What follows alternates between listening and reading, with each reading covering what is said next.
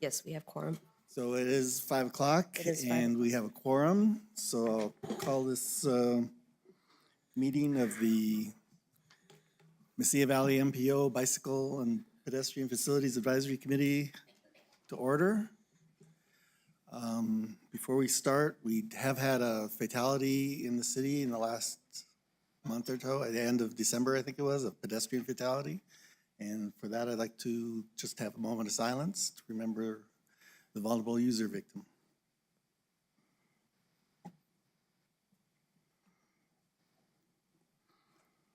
And if we could have a roll call, and during the roll call, if you could state who you represent or what jurisdiction that you come to this meeting with. You could go ahead and do a roll call. Did I say my name? Yeah. Okay, sorry. I'm Katerina Pravengi with the Mesilla Valley MPO. You're not a member, about all the members. Oh, sorry. Okay, we have, I guess we could go ahead and start on this side, please. Just follow Las Cruces, BPAC, Bicycle and Pedestrian Advisory Committee. Vanessa Morales Romero, City of Las Cruces. Andrew Bencomo, pedestrian representative. Ashley Curry, Town of Mesilla Citizen Rep. Jim Wilcox, cyclist representative. Deputy Nunez for the town of Mesilla. Albert Casillas, Doña County Rep. And George Pearson, City of Las Cruces Citizen Rep. So our first order of business, or second order of business, item 2 on the agenda is approval of the agenda. Are there any modifications to the agenda? Hearing none, I'll hear a motion to accept the agenda as presented. Jim Wilcox, I motion to accept as presented. Ashley Curry, second. We have a motion and a second to approve the agenda. All in favor, aye? Aye. Aye. Any Aye. opposed? The agenda is approved. Item 3 is election of officers. So the yearly ritual is to have officers elected, chair and vice chair. And I'll open the office of chair for nominations. This is Ashley Curry. I nominate George Pearson for chair. Are there any other nominations? So I do want to disclose that I am on the board of Fellow Cruces, which is a nonprofit that advocates for bicycle and pedestrian issues. So if that's the only nomination, I'll close nominations and I'll hear a vote to elect me as chair. All in favor, aye? Aye. Aye. Any opposed? So I continue as chair for this calendar year. And now we need a nomination for vice chair. And I think I'm allowed to make the nomination, so I'll go ahead and nominate Ashley Curry as vice chair. Any other nominations? Hearing none, I'll close nominations for Ashley Curry. All in favor of Ashley Curry as vice chair? Aye. Aye. Any opposed? And we're done. We have our officers for 2024. Next, we have approval of the minutes for their November 21st, 2023 meeting. I had one tiny change. It's on page 3 of the minutes, or page 4 of the packet on line 40. It says protected by lanes, BY lanes. It should have been protected bike lanes, BIKE. Mr. Chair, on that exact same line, it says residual and it should say residential. Okay, I missed that. I saw the buy and bike stop me. Any other comments on the minutes? I'll hear a motion to approve the minutes as amended. Ashley Curry, so moved. Andrew Bencomo, second. We have a motion and a second to approve the minutes as amended. All in favor, aye? Aye. Any opposed? We're on to public comment. Do we have any members of the public that wish to comment at this time? Seeing none, we'll move on to discussion items. We have an Open Meetings Act compliance training. Yes, I will now call Ali Martinez up to the stand.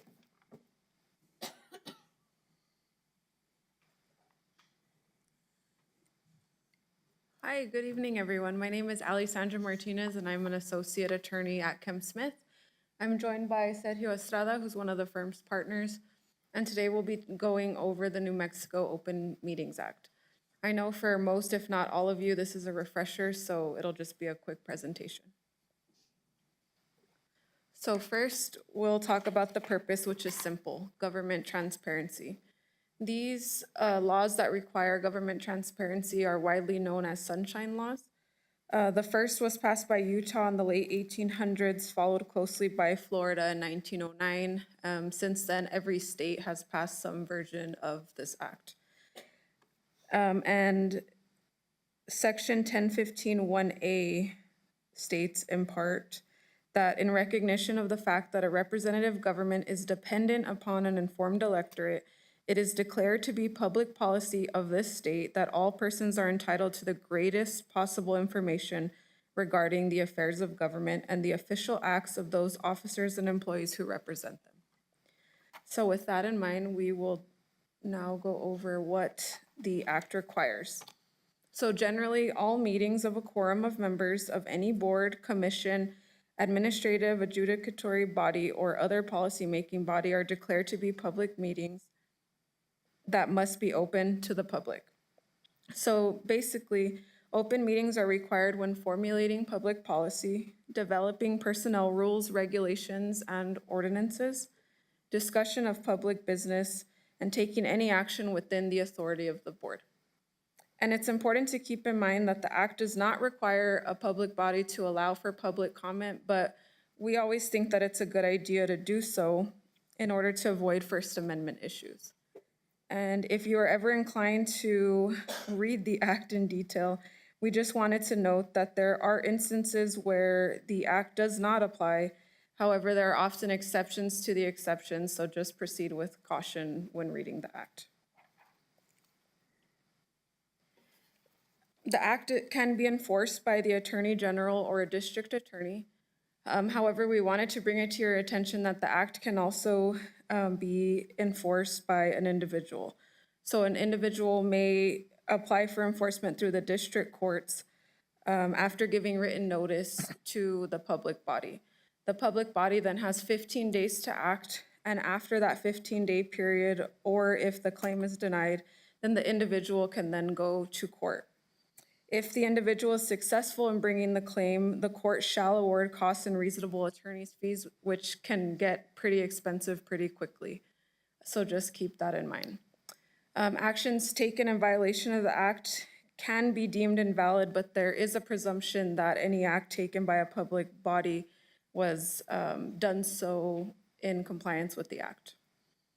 And then we just wanted to note that a criminal sanction is considered a misdemeanor punishable by up to $500 per violation. But again, where it gets really expensive is if an individual decides to pursue a claim and then they are awarded attorney's fees. Next, we wanted to bring your attention to rolling quorums. So the Act's requirement for open public meetings applies to any discussion of public business among a quorum of a public body's members. So a quorum may exist even when members are not physically present together at the same time and place. So for example, if 3 members of a 5-member board discuss public business in a series of phone calls or emails, the discussion is a meeting of a quorum of a public body. That type of situation would be a violation of the act because it would not have been properly noticed nor open to the public. So just always err on the side of discussing public business at a meeting where a quorum is present. The act also requires a notice. So meeting notices must include an agenda containing a list of specific items of business to be discussed or transacted at the meeting, or information on how the public may obtain a copy of the agenda. Except in cases of an emergency, the agenda must be made available to the public and posted on the public body's website 72 hours before the scheduled meeting. And except for emergency matters, a public body shall take action only on items appearing on the agenda. And for purposes of the act, an emergency refers to unforeseen circumstances that, if not addressed immediately by the public body, will likely result in injury or damage to persons or property or substantial financial loss to the public body. And the act also provides that within 10 days of taking action on an emergency matter, the public body shall report to the Attorney General's office the action taken and the circumstances creating the emergency.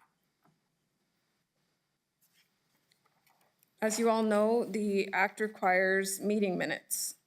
The meeting minutes must include at a minimum the date, the time, and the place of the meeting, the names of the members in attendance and those absent, the substance of the proposals considered, and a record of any decisions and vote taken that show how each member of the public body voted. Minutes are subject to public inspection, so it is important that they are taken. And draft meetings shall be prepared within 10 working days after the meeting and shall be approved, amended, or disapproved at the next meeting where a quorum is present. The act does touch on remote participation. Section 1015-1C provides, if otherwise allowed by law or rule of the public body, a member of a public body may participate in a meeting of the public by means of conference, telephone, or something like Zoom. However, please keep in mind that in-person attendance is always preferred. And with that, we wanted to just touch on the MPO's attendance requirements. So for this committee specifically, attendance is required at all meetings, and if a committee member is absent for more than 3 meetings in a calendar year, that member shall lose their voting privileges or may be removed from the policy board. You may use your proxy 3 times per year, but after that, it does count as an absence. And that's it for now. Any questions? Yes, I have a question. This is Jim Wilcox for the record. If you are on a board and you're hanging out somewhere and you see some other board members, your free speech is effectively limited in the ability to discuss what's going on with the board that you're a member of, correct? That's how I would interpret it, and I would just always err on the side of keeping official business discussions limited to a meeting, just to avoid any allegations that the act has not been complied with. Yeah, and I appreciate that this is a legal education, but not a appearance of impropriety, because it's either legal or it's not. It's not like, well, it's legal, but don't do it because it looks bad. So let me get back to my point. It goes up against free speech, right? That's the other conflicting freedom that it's impinging upon. Is that correct? Well, I think it would depend on the circumstances, but we're more than happy to prepare a legal memo if you have a certain situation that you're concerned about. But I mean, as with most things in the law, it depends on the circumstances. Okay. So does this only apply to policymaking boards? Well, I mean, I think the act, again, it depends, but I do know that the bylaws require that the board, policy board and committees comply with the Open Meetings Act to the best of its abilities. And again, I think it's always best to err on the side of compliance because you'll never be in trouble for having an open meeting. So something that might be worth, No, go ahead. go ahead and, Oh, yes, Chair and committee members, Sergio Estrada. I thought I would just come and help out with that answer, just, Sure. Answer your question. Committee, Mr. Wilcox, yeah. So your first question, just to make sure that I understand that Yeah, correctly and sure. we can try and answer it to you. You're out in a social setting somewhere and you're a member of this committee. You're not at a duly noticed meeting and it's not open to the public. Right. Kind of like Ali's explained is required. And you see one other member of this committee, is that your scenario? Just another member or? Whatever number triggers the restriction. Okay, so a quorum, right? So. That's 3 out of 5. or Right. whatever, yeah. So if you are, for example, at an Applebee's, and you're there, and 2 other members of the committee show up, and there's a football game, and you all get seated together, and Right. you start discussing Business. that would be a violation. Now, I just wanted to be careful because we did not come prepared to discuss First Amendment restrictions or violations. So I'm not going to say that your prohibition from discussing that is in fact a First Amendment violation or not. It may or may not be. Right. But what it is a violation of the Open Meetings Act as implemented by New Mexico law. So in that setting, you would not, if you want to remain compliant with the New Mexico Open Meetings Act, you would not be allowed to discuss business or governmental issues that relate to the issues that you address on this committee. You would be prohibited from doing so. Because to not do that would be a violation of the Open Meetings Act. But, do you want to interpret that as a violation of your First Amendment rights? Perhaps, right? We can address that later.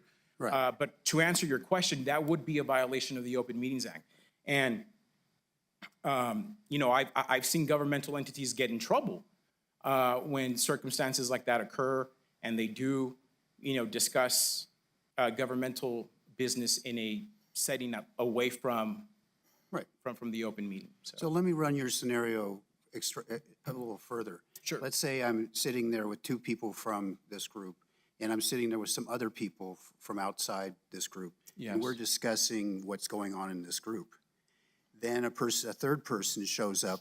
We have to not discuss this any longer because now it would be a quorum. Yeah, absolutely. Okay, and that's where I talk about the free speech part. Right. Unless I ask one of the other members to leave, Right, or I leave and discuss it with somebody else. right. Okay. Okay, So- for a little bit of clarity, this committee requires 5 members as a quorum. Yeah. So there'd have there to is be- that threshold. Right. And if it's something that doesn't appear on the agenda for this committee, we'd be free to discuss it. Is that Well, a correct interpretation? It or- really isn't just limited to what's on the agenda. It's to issues that may come before the board. It's transportation planning as it relates to this committee.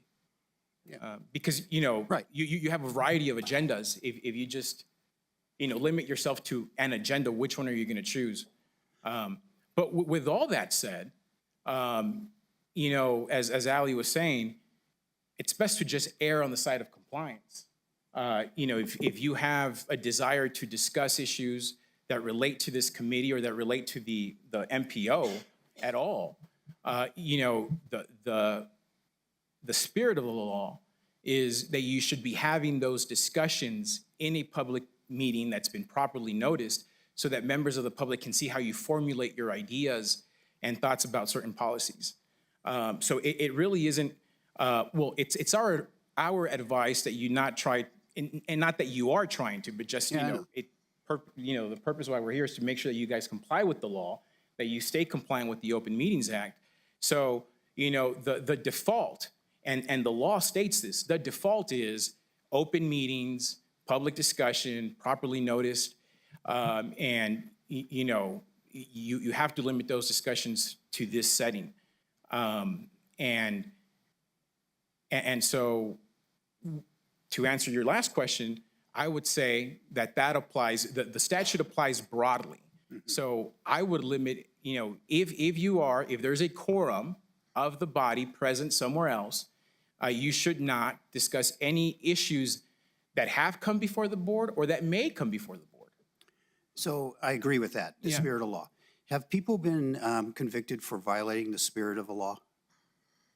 People have been convicted, and I'm not going to say New Mexico Open Meetings Act, but they've been charged criminally for violating the Open Meetings Act. But that's not my question. Oh. You're talking about the spirit of the law. So, and I agree with that the spirit of law is good and it's good advice, but can a person be charged with a crime because they violated the spirit of the law and not actually the law? I'm going to say no, but what we're talking about is you're focusing on the end result, right? A conviction for Right. a violation of the spirit of the law. I'm going to say, no, you don't get convicted for violating the spirit of the would law. figure. You get convicted for violating the law. However, what we're trying to do is we're trying to interpret the statute and apply it to a hypothetical like the ones you've been Right. presenting. And in doing so, in statutory interpretation analysis, all levels of judicial review, whether it be the New Mexico appellate courts, the federal district courts, and even the United States Supreme Court, in reviewing statutory language and applying it to certain facts, spirit of the law is part of the analysis. Part of the analysis, yes, but yes, not the sole analysis and Right. not the precipitating analysis. Right. It is part of, it is It's equal supporting evidence. to everything else. Right. And the reason that I bring this up is because I wouldn't like to see a governmental body be sued by an individual because their freedom of speech was inappropriately squashed. So on Right. the other side is the danger and the risk to the governmental entity for illegally, and I'm not saying what is illegal or not. Right. For illegally restricting the free speech of a person. Right. So clearly, at some level, there is an intersection of Yes. those two rights. Right. But they're not present here. I will tell you that. Right, I totally agree with that. I'm talking about the bar. I'm about the bar with the. Because, football for game. example, all members of the committee are volunteers. I'm assuming you're appointed by a member of the MPO or a representative of the entity, an elected official of the entities that you represent. So your freedom of speech rights aren't being restricted in a way that you don't have any recourse. If you, for example, as an individual, feel that your freedom of speech and desire to speak on issues that relate to this board are so important that you're not willing to submit yourself to any restrictions, you can opt to not be on the board. So a freedom of speech violation, and again, we're kind of going way off board of here, we're going way off track. A court is likely to say, well, your freedom of speech rights weren't really curtailed by the government, which is the analysis in a freedom of speech complaint. The government is curtailing your freedom of speech rights in a way that you are expressing needs court intervention because there's no other remedy. In a situation like here, as I just mentioned earlier, you can opt not to be on the committee and speak about these issues in other forums where you're not restricted. Right. And if we were to go to the second step of the analysis, freedom of speech is in fact limited, right? And I advise other governmental entities, and we've had situations where we've asked members of the public to leave. And, first thing they all say is, well, this is a public meeting. I have a right to be here, my Sure, I freedom of understand. speech. I've seen that. And, it's, well, your freedom of speech exists and it is protected, but like all other speech, it's only protected to a certain extent and depending on the facts that are present. So in a situation like the ones that you've raised, there's also the countervailing weighing of the governmental need and policy versus the individual's need for freedom of speech. So here, and I do believe that courts have engaged in this analysis, although I haven't read it in New Mexico specifically, but I'm aware of this occurring in other states, including Texas, where the analysis is the interest of both the governmental entity and the interest of the public in making sure that government business is transparent, it's open to the public, it's compliant with the sunshine laws that are all over the country. That interest outweighs any one person's desire, especially, someone on a board, to discuss these type of items or issues outside of a duly noticed public meeting. So I think at every stage of the analysis, the public policy in favor of open government prevails and trumps any one individual's desire or expectation to be able to discuss these type issues outside of a duly noticed public meeting. Yeah, so and at the end of the day, just to kind of wrap it all up, And the reason for that is because you serve voluntarily. No one's forcing you to. Yeah, and I see that, Yeah. that counter argument. My point would be that the First Amendment right to free speech would have been violated if there was a consequence that caused harm to that person. Right. So if the person was fined and then it was discovered that it didn't apply in that situation, then they would have recourse. Oh, yeah. To have damages and liability damages and things like that. So. Well, possibly, yes. Possibly. Yeah, but that's definitely beyond the So my scope. second part is, Yes. we are not a policy-making body. We do not answer to the voters. And I have been given counsel by an organization, which I'd be happy to connect you with. Right. That said to me, the open meetings law does not apply. And this group is involved in ensuring that there's public information provided freely and recommended, as you say, that in the spirit of the law, it should be, don't discuss that stuff without being in front of people. But they did say that if it's not a policy-making body, it's not a violation. What's your Well, I thoughts think- on that? Well, so I can't speak to those specifics, but I will tell you that I stand by everything by what Ali presented to you and my analysis of certain hypotheticals that I addressed just a few minutes ago. And there are certainly, especially when it comes to an advisory committee, I think I will concede that depending from where you start and undertake the analysis, you may arrive at whether or not a certain committee, especially an advisory committee, is subject to the Open Meetings Act. I'm willing to concede that much because there are subcommittees and task forces and work groups that, while created either by the governing board, the policy board, or by this committee or the executive committee, would not be subject to the Open Meetings Act. And therefore, it's possible that someone else reviewing the composition of this board and what it does, that they may reach a different conclusion. But as your legal counsel, and as the legal counsel that wants to keep you compliant with the Open Meetings Act, because it would be very silly to violate the Open Meetings Act when it's so easy to comply with, I have to undertake that analysis and tell you that if there's any ambiguity, we're going to err on the side of compliance. Now, that, if you'll just, let me just finish, because that's not where this analysis for this particular board ends. That would be my conclusion. But here I can go a step further and I can tell you that in the bylaws of the MPO, which is the entity that has the authority to create this committee, they have in the bylaws dictated that all committees of the MPO, this being one of them, must comply with the Open Meetings Act. So therefore, there is no room for ambiguity or interpretation. Not you specifically, the committee has been told by the MPO, you will comply with the Open Meetings Act, and that's it. So, and you're a counsel for the government entity, correct? Yes, we. So you represent the government entity?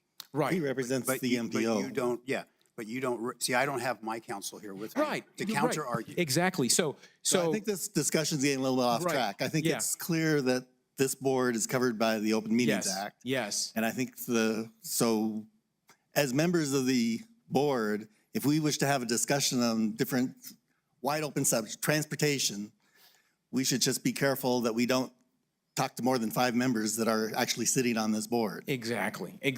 And just to touch on one last point, because this is very important for all governmental entities to understand, the legal counsel for the entity, just like Mr. Wilcox mentioned, is the counsel for the entity at large. It's not for any particular member of the committee. So you're right. You could have your own counsel. Anyone can have their own counsel Right. that advises them differently. So- our duty is to advise the committee as a whole, the governmental entity, the MPO. That's our client. Right. Not the chair, not a particular board member. Right.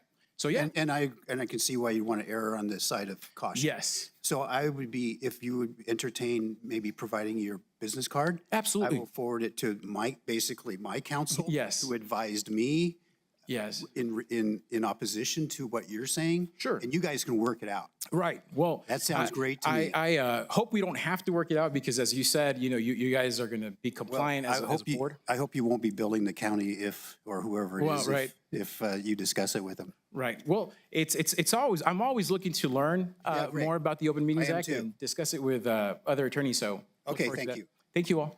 Mr. Chair? Okay. Can I Andrew? make a comment? Sorry, I'll make it brief. So,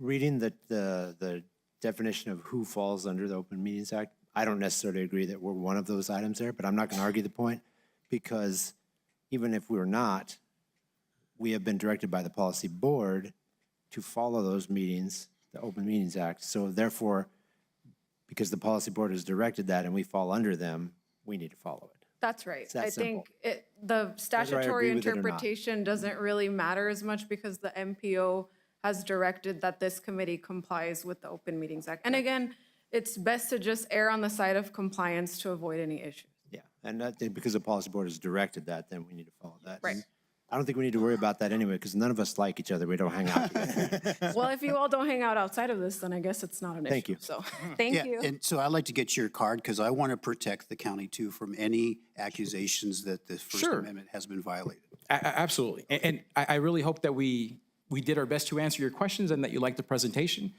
We are relatively new as legal counsel to the MPO, so I think this is the first time we've had an opportunity to meet with you all and look forward to doing it thank you. again. Thank you. Thank you. Okay, anybody else have any comments? Thank you very much. We'll move on to the MPO basic presentation.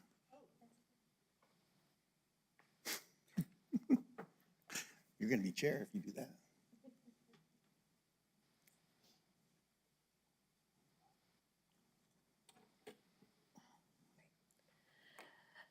Good evening. My name is Katerina Provengi, and this is the MPO Basics presentation. So metropolitan planning organizations are federally mandated, state-designated planning agencies in metropolitan areas where the population is over 50,000. In the state of New Mexico, there are 5. It is the El Paso MPO, the Farmington MPO, the Mesilla Valley MPO, that's us, the Mid-Region MPO, also known as Mr. Cog, and the Santa Fe MPO. There are 2 MPOs, that is the EP, El Paso MPO and the Mid-Region MPO, that are technically called Transportation Management Areas, or TMAs, because they are in areas that have a population of over 200,000. So us, small MPOs, we are created by Joint Powers Agreements, JPAs, among the member jurisdictions of the MPO. JPAs specify the terms of intergovernmental cooperation in the MPO and the role of the MPO and the MPO staff in transportation planning in the area. Additionally, JPAs also outline the financial responsibilities of each member of the MPO. MPOs are required to have bylaws to govern their internal operations and procedures. Bylaws are updated as needed or whenever there is a new JPA. The Mesilla Valley MPO bylaws went into effect on January 1st of last year, 2023, and the last time they were revised were in September of 2023, last year. New Mexico Department of Transportation establishes 3-year cooperative agreements with each and every MPO of New Mexico. The cooperative agreements establish the terms of the financial grant to each MPO.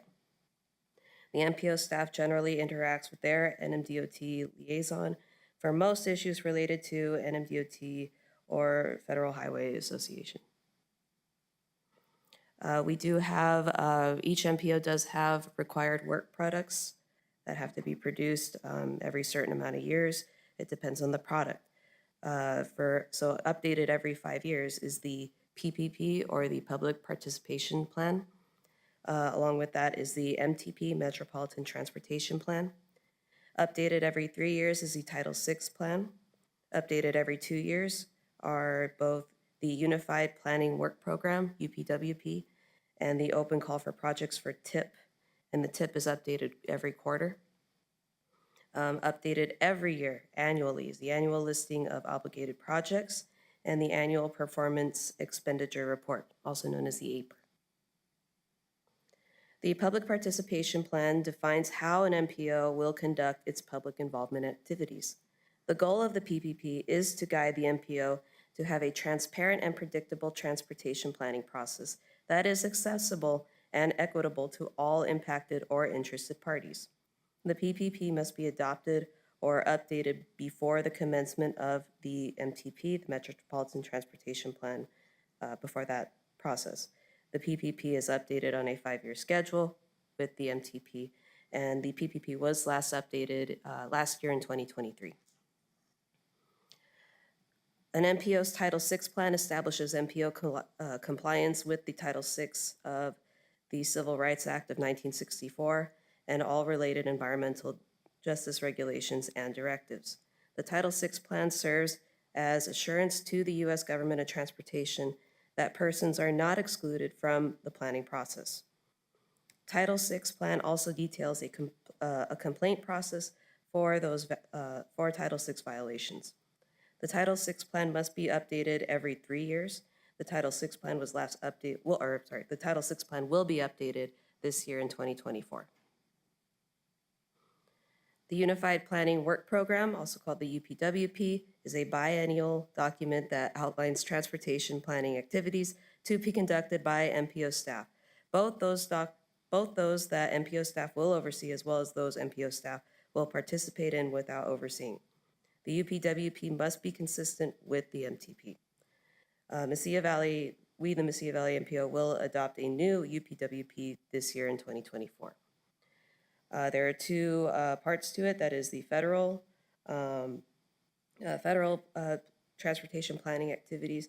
So, for example, under that is the Recreational Trails Program, RTP, the Transportation Alternatives Program, TAP, the Carbon Reduction Program, CRP, and Congestion Mitigation Air Quality, or CMAQ. Under state is the Transportation Project Fund, TPF. Under the UPWP recent projects, so under federal, in RTP, TAP, under TAP, we have 4 projects that are ongoing. It's the Elks Drive Trail Project, that will be ending soon, the Las Cruces Lateral, Safe Routes to School Coordinator, and then also under federal is congestion, the CMAQ, like I said before. And then under state is the TPF. Under TPF, the ongoing project is the La Llorona Trail Extension. And this current UPWP went into effect on October 1st of 2022. The Transportation Improvement Program, also known as TIP, is a list of federally funded and or regionally significant projects within an MPO area. Completed projects recently is the I-25 corridor study. Going on right now under TIP is the US 70 maintenance, other maintenance project around that, the Elks Drive Trail, and the I-25 Loman Interchange Landscaping Beautification. That one does not use federal funds. And then there's the University Avenue Multimodal Project. In the future, we have 2 sets. So in the next, more recent, in the next 5 years, is the Roadrunner Transit Maintenance and Operations Center, which is still ongoing, the Dripping Springs Roadway Improvements, and the US 70 Rehabilitation, but it's the next phase.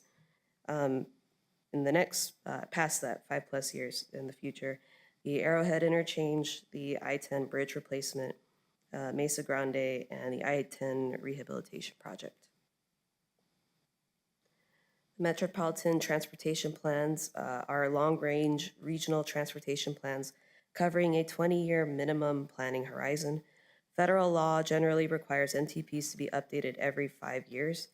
So the MTPs have to be consistent with federal transportation law and cite all applicable sections of the law. The MTP has to identify facilities that function as an integrated transportation network and emphasize those facilities that serve national and regional transportation functions.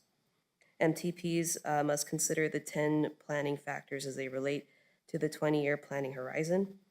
MTPs must describe how the performance measures and performance targets are used in the MTP to assess the transportation system.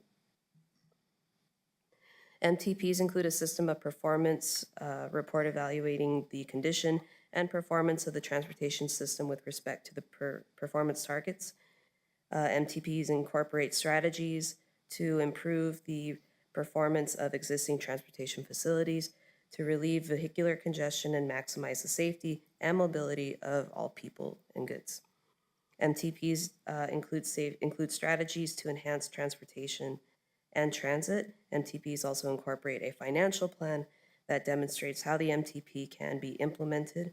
It indicates the source of necessary funds to carry out projects in the MTP. And it also recommends any additional financial strategies to support project implementation. MTPs include financial strategies dedicated to maintaining not only the existing infrastructure, but also for projected future infrastructure. MTPs examine implementation of environmental mitigation activities. MTVs do include scenario planning. While it's not required by federal law, it is always strongly encouraged by the FHWA and NMDOT. FTA and transit planning does have FTA and transit planning for the future. In the MTPs, FHWA and NMDOT does encourage MPOs to address any emerging issues. Sorry, the MTP has a lot. The MTPs, the currently adopted MTP for the Mesilla Valley MPO is the Mobility 2025, and that was adopted by the MPO Policy Board back in 2020 on July 15th. The next MTP needs to be adopted by the Policy Board next year in June of 2025. The 2025 MTP process will start this year. The February Policy Board meeting will mark the kickoff of the MTP process. So Policy Board's next meeting. So BPAC. BPAC is responsible for providing transportation input from a bicycle and a pedestrian viewpoint to the Policy Board. BPAC provides a viewpoint on how regionally significant projects can affect the bicycle and pedestrian community to the Policy Board. And BPAC will provide community input to the Mesilla Valley MPO staff and the Policy Board. So the purpose of the MPO Basics book is to provide a quick reference manual on MPO-related documents and materials for members of all MPO committees and MPO staff. MPO staff is happy to provide updates to the MPO Basics book to our committee members as needed. I will now stand for comments and questions. So the UPWPs, the staff put together the draft, and then when's the public input phase for that, I guess, there's not a separate, I know the MTP, you have some separate public meetings. Do you have separate public meetings for the UPWP, we do. But we haven't made any dates for that. We haven't started, but we do have, I believe we do have that. I can ask Mr. Ray when he comes back. Okay, because this committee will review that, and that serves as some of the public comment. Correct. So I couldn't remember from previous cycles how that went together. I believe it was with the MTP where we knew public outreach, and that was for where we, it's outside of the meetings. Like I believe there was when they were at the farmer's market, Right. and a couple of it, but that was for the MTP. And the UPWP, I believe, is through here, but I will ask Mr. Ray when he comes back on Thursday, just for clarification. So at the February Policy Board meeting, you'll probably have a schedule prepared then for the MTP process? Yes. Okay. Any other committee members have questions? Okay, thank you for that. We're on to committee and staff comments. We didn't put a separate line item for committee comments, so I guess I'll just start in.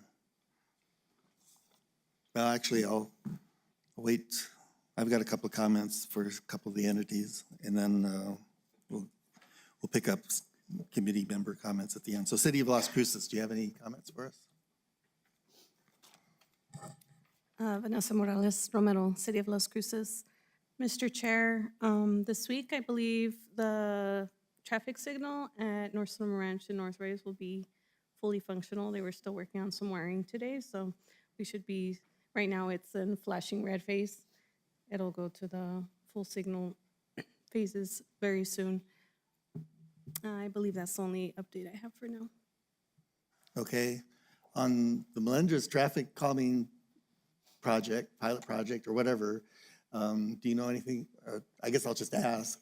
They took out the new traffic pattern ahead signage there, and I noticed that one of them had been vandalized, so that's probably why they took it out. But anyways, the flex posts are still there. Any idea if that's just going to remain now, if that's what the project will be? Mr. Chair, I'm not sure about that. I can check with our traffic engineer to see if that's, I do know that it was just a pilot project, but I'm not sure how long they will Okay. be leaving. So I guess we'd like to hear about that at our next meeting as to what the conclusion was of that, if they're going to keep it or change it or try something else. Okay. And the other comment that I had, that I was looking at some online, Facebook or whatever, and somebody was asking about trail maps, trail for the multi-use trails. And I remember looking at the city website trying to figure that out. And so I think that needs to be updated. And that might be a Parks and Rec thing, but if we just pass on looking at the accessibility of trail maps for the city, because I think we've done some trails that haven't been reflected in the maps that are available publicly. Okay, yeah. Mr. Chair, I believe they were working on putting that in GIS. I'm not sure if that's been concluded, but I'll pass on that message. Okay. Doña County. Chair, just a quick update on the Elks Drive multi-use trail from the former Columbia Elementary School all the way up to Doña School Road. That project, it's basically under substantial completion. I know inspections will occur with the New Mexico DOT later this month, so that project should be good to go pretty soon. Okay, good. So I saw a press release on a new park project at Shalem Colony, and I believe part of that is going to extend the La Llorona Trail out to there. Do you know anything about that? Is that a true statement? And if they are they going to be able to stay on the east side of the river? Because the first time I heard about that project, they were going to go to the west side of the river. I'm not too familiar with that project, 'cause that was under facilities. But I'll talk with their new director, and then hopefully we can get an update Yeah, if we can just, where they're at. we're especially interested, I think, in the trail part of that. Okay, thank you. Town of Mesilla, do you have anything? No, sir. NMSU is absent. We don't have public schools on here, which is often, do you have anything you want to contribute from public schools? Always. Thank you, Mr. Chair.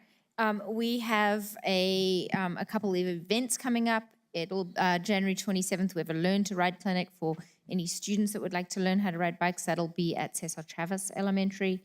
February 24th and February 25th, we have a smart cycling class. The Saturday class is for beginner cyclists, adults, who are back on the bike. And then on Sunday, the 25th, we will have a smart cycling class that will be the prerequisite class for anybody who is interested in eventually becoming a league cycling instructor, or just for confident riders who want to know more about the laws of the road, best practices, etc. It'll be an on-the-bike class. So those are open to the public, but registration is required, and there's a prerequisite online portion of that class as well. So if you're interested in that, please let me know. Thank you. Okay, thank you. So NMDOT isn't here. I have a couple of comments I could put into the minutes that NMD can look at.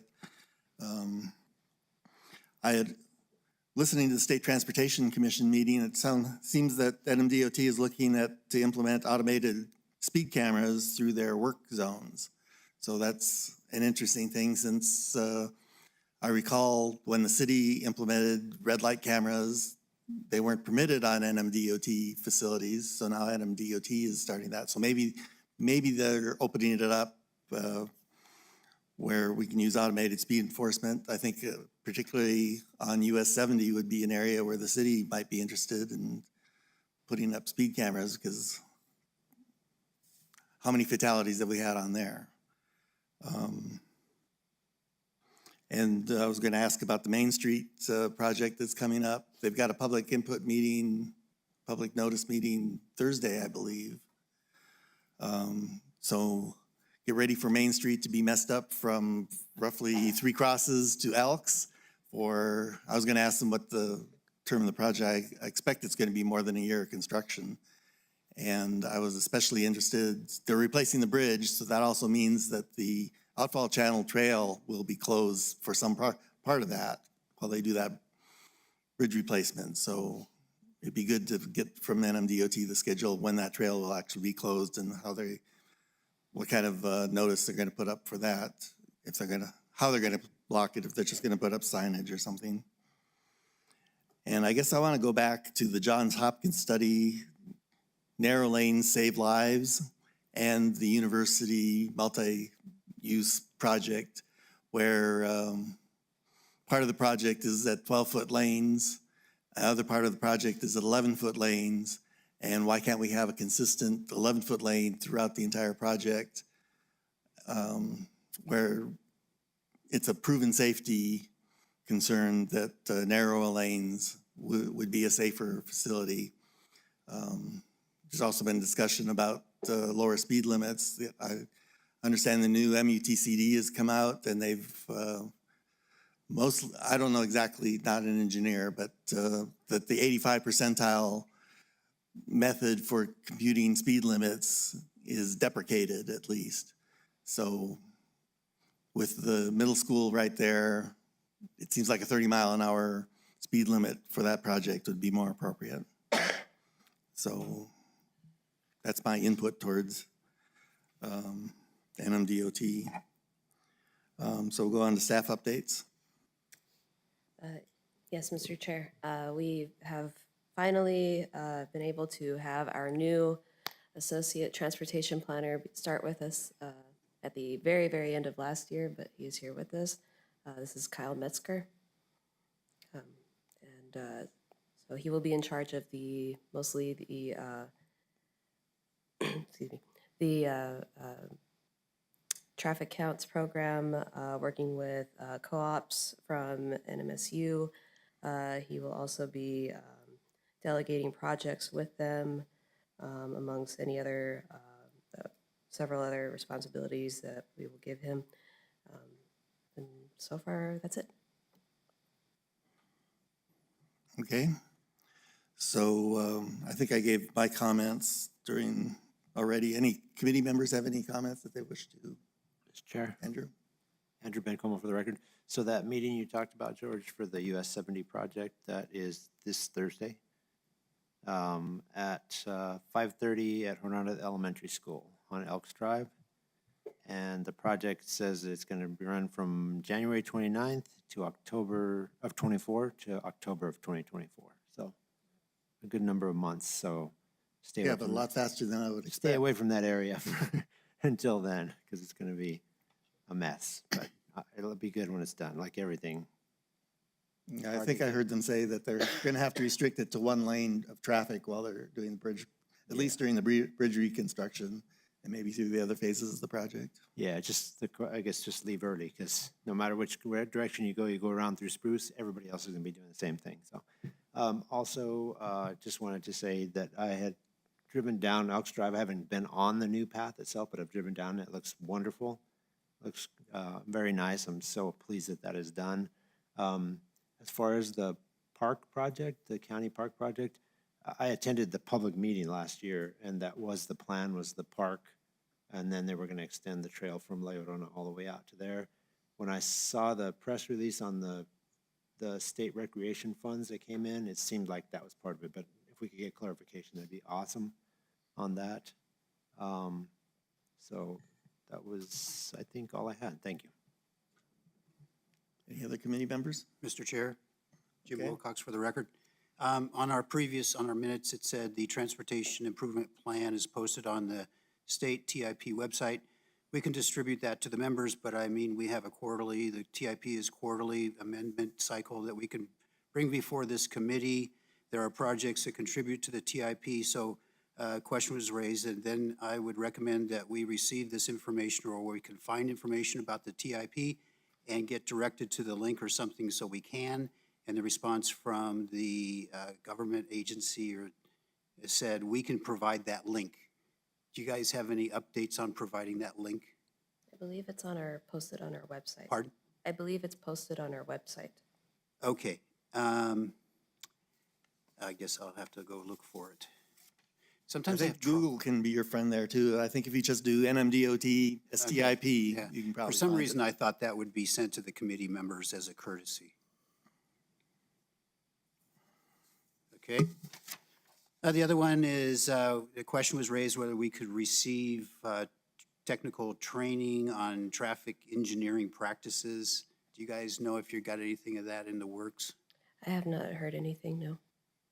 You haven't heard anything that it's in the works, or you haven't heard anything about it? I haven't heard anything about it. Okay, it was in the minutes. Oh, that, no. I mean, I haven't heard anything back about it. Anything back? Yes. Okay. And then I have a member of the public asked me a question. We were discussing needing to keep better records. This is from the Vulnerable Users Group. We were discussing needing to keep better records about deaths, vehicle-related deaths in 2024. But I'm at a loss for the best way to make sure we can track down pertinent info for all fatalities. Can you get back about how we can track down pertinent info for all fatalities? I will have to meet with LCPD. At this time, the records that we do have access to is only with LCPD, but not DASO, not Town of Mesilla. And we still need to discuss with them and create a memorandum of agreement.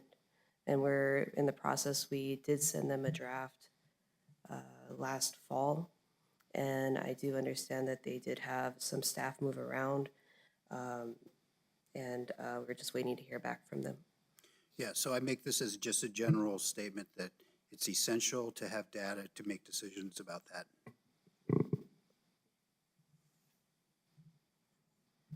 Okay, any other committee members? Mr. Chair, I'm sorry. Again, Andrew okay. Bencomo, I forgot one thing.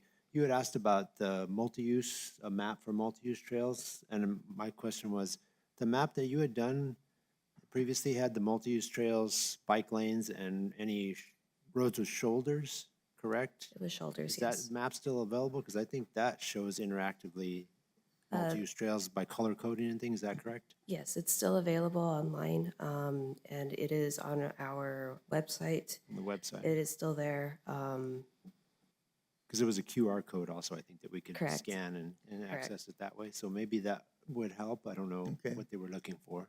And the shoulders that were there were also double-checked with maps that have been provided to us by NMDOT. It's also on their website.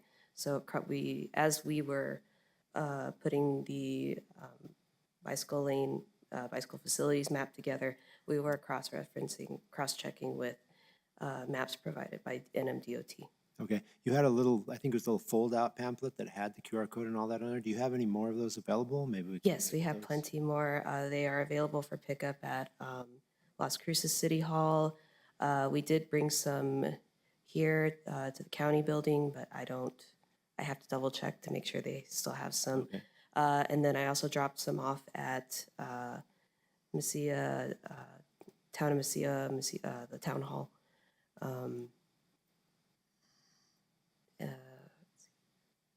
I did send out a link also for the map to be available online.